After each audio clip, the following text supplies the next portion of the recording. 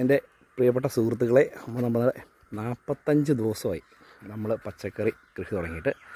എൻ്റെ പറമ്പിൻ്റെ ജസ്റ്റ് എല്ലാം ഒന്ന് കാണിച്ചു തരാം. ഇതുണ്ടോ, നമ്മൾ 45 ദിവസം കഷ്ടപ്പെട്ടെന്ന് ഫുൾ ടൈമൊന്നുമില്ല. രാവിലെ വന്നൊരു അരമണിക്കൂർ കഷ്ടപ്പെടും, ജോലി അത്രേ ഉള്ളൂ.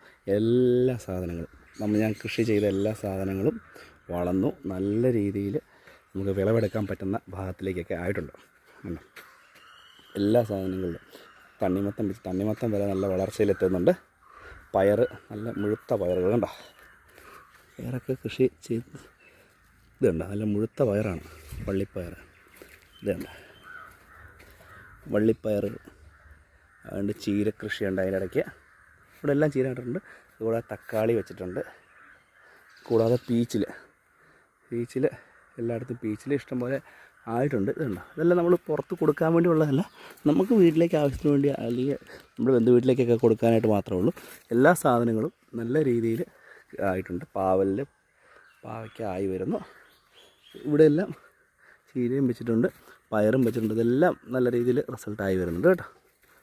അപ്പോൾ നല്ല സന്തോഷം നിറഞ്ഞ ഒരു കാര്യം തന്നെയാണ്. വെണ്ട വളർന്ന് വന്നുകൊണ്ടിരിക്കുന്നുണ്ട്. വെണ്ടയ്ക്ക് ചെറിയ മുരടി പുരോഗമുണ്ട്, കുഴപ്പമില്ല. അതിനുള്ള വളം ഞാൻ കൊടുത്തിട്ടുണ്ട്. അതെല്ലാം നിങ്ങൾക്ക് കാണാൻ പറ്റും. നമ്മുടെ വീട്ടിലേക്ക് ആവശ്യമുള്ള എല്ലാവരും പച്ചക്കറി നമുക്കൊരു 2 സെൻറ്റ് സ്ഥലമുണ്ടെങ്കിൽ അവിടെ നമുക്ക് ചെയ്യാൻ പറ്റും. ഇത് വെറും 4.5 സെൻറ്റ് സ്ഥലമുള്ളൂ, കാര്യമായിട്ട് കിടക്കുവാണല്ലോ എന്നോർത്ത് ഞാൻ വീട്ടിലെ പച്ചക്കറിക്ക് വേണ്ടി മാത്രം വെച്ചതാണ്. എല്ലാം നല്ല രീതിയിൽ വളർന്നത് കണ്ട. എല്ലാം മത്തങ്ങയും വെള്ളരിയും എല്ലാം പൂവിട്ടു കണ്ട. വെള്ളരിയൊക്കെ നല്ല രീതിയിൽ ഇഷ്ടംപോലെ പൂവിട്ടുണ്ട് കണ്ട. വെള്ളരിയൊക്കെ പൊങ്ങി വരാൻ തുടങ്ങിയിട്ടുണ്ട്. ഇതുണ്ട വെള്ളരി പൊങ്ങി വരുന്നത് അവിടെ എല്ലായിടത്തും ആയിട്ടുണ്ട്.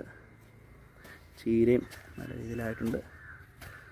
നമുക്ക് ഇവിടെ നോക്കിയാൽ ശരിക്കും അതിൻ്റെ റിവ്യൂ കാണാൻ പറ്റും. അതുകൊണ്ട് പച്ചക്കറി